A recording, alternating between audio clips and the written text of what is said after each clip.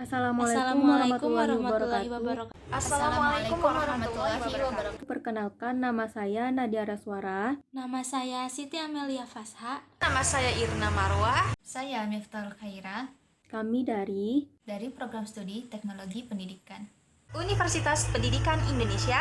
Di sini kami akan berbagi informasi mengenai hal-hal terkait pemanasan global. untuk memenuhi tugas ujian tengah semester. Mata kuliah Pendidikan Kewarganegaraan. Yuk disimak. Jadi, apa itu pemanasan global? Jangan-jangan taunya cuma pemanasan global. Duh, gawat kalau gitu ya. Pemanasan global atau global warming adalah suatu bentuk ketidakseimbangan ekosistem yang ada di bumi akibat terjadinya proses peningkatan suhu rata-rata atmosfer, laut, dan daratan di bumi. Global warming merupakan suatu proses yang ditandai dengan meningkatnya suhu rata-rata atmosfer, lautan, dan juga daratan. Sekedar info, suhu rata-rata global yang ada di permukaan bumi telah melonjak mencapai 0,74 kurang lebih 0,18 derajat Celcius atau sama dengan 1,33 kurang lebih 0,32 derajat Fahrenheit dalam 100 tahun terakhir. Jadi, fix bumi kita telah memanas.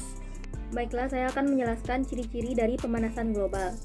Yang pertama, adanya peningkatan suhu bumi. Menurut data dari BMKG pada bulan September 2021, suhu udara Indonesia menunjukkan adanya anomali positif, yang artinya suhu udara lebih panas dari rata-rata klimatologisnya. Yang kedua, adanya peningkatan gas rumah kaca. Yang ketiga, peningkatan paras muka air laut. Yang keempat, adanya penurunan tutupan lapisan es bumi.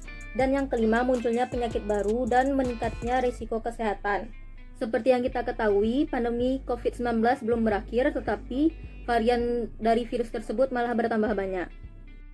Apa sebenarnya yang menyebabkan bumi ini semakin panas? Mengapa bumi bisa mengalami kenaikan suhu? Nah, ini dia penyebabnya. Yang pertama, ada efek rumah kaca. Karbon dioksida atau CO2 yang dihasilkan oleh kegiatan di bumi ini seperti pernafasan dan hasil pembakaran bahan bakar menyelubungi bumi. Karena kadarnya sudah berlebihan, maka CO2 seolah seperti kaca yang menutupi permukaan bumi. Sebenarnya, efek rumah kaca itu ada gunanya untuk bumi kita dalam hal memberi panas.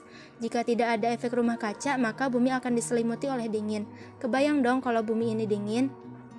Dengan suhu rata-rata sebesar 15 derajat Celcius, bumi sebenarnya lebih panas 33 derajat Celcius dari suhunya sebelumnya.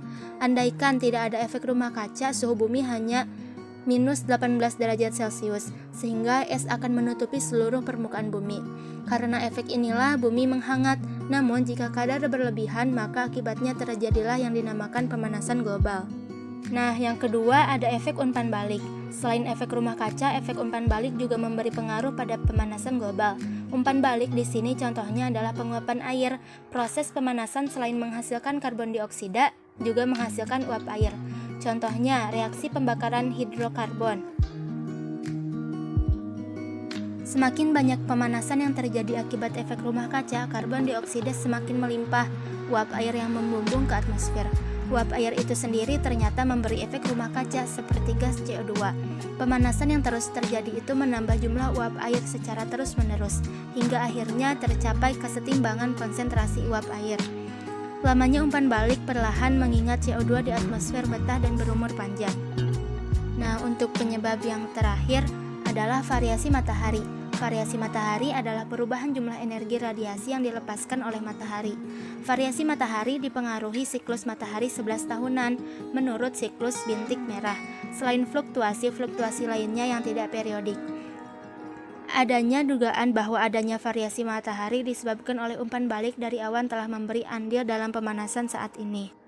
Penyebab pemanasan global karena variasi matahari dengan pemanasan akibat efek rumah kaca adalah pada variasi matahari terjadi peningkatan aktivitas matahari yang mampu menaikkan suhu stratosfer. Sebaliknya, efek rumah kaca akan menurunkan suhu stratosfer. Seperti yang sudah kita ketahui sekarang, bahwa terdapat berbagai proses yang membuat terjadinya pemanasan global yang dapat berdampak pada kehidupan makhluk hidup di bumi. Pemanasan global selain bisa menyebabkan mencarnya es di kutub, juga memiliki beberapa dampak-dampak lainnya, seperti rusaknya ekosistem laut. Laut memiliki batas ideal suhu, apalagi kawasan terumbu karang yang dapat tumbuh dengan baik pada suhu 20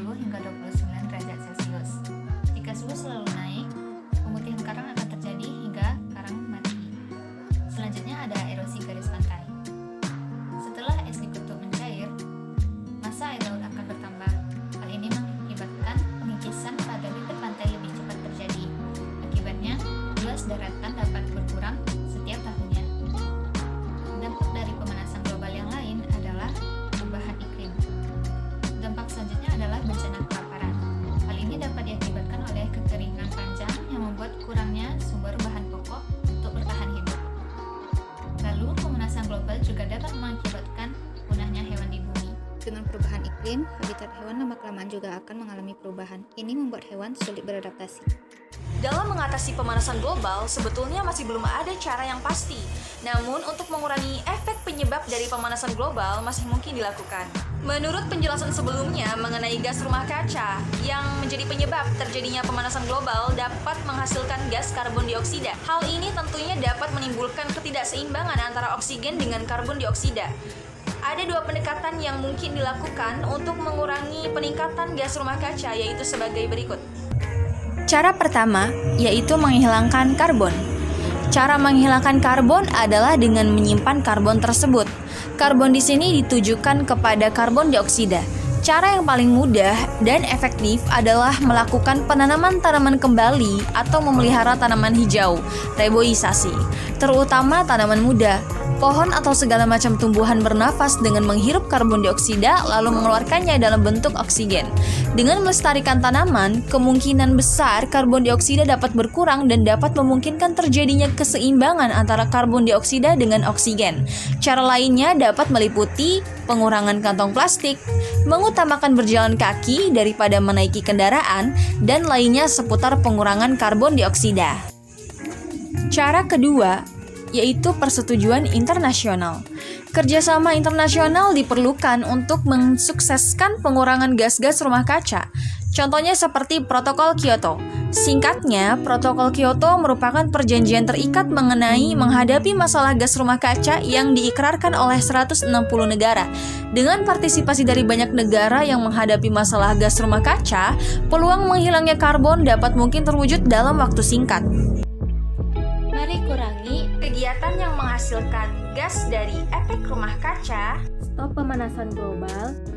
Ayo menjaga paru-paru dunia.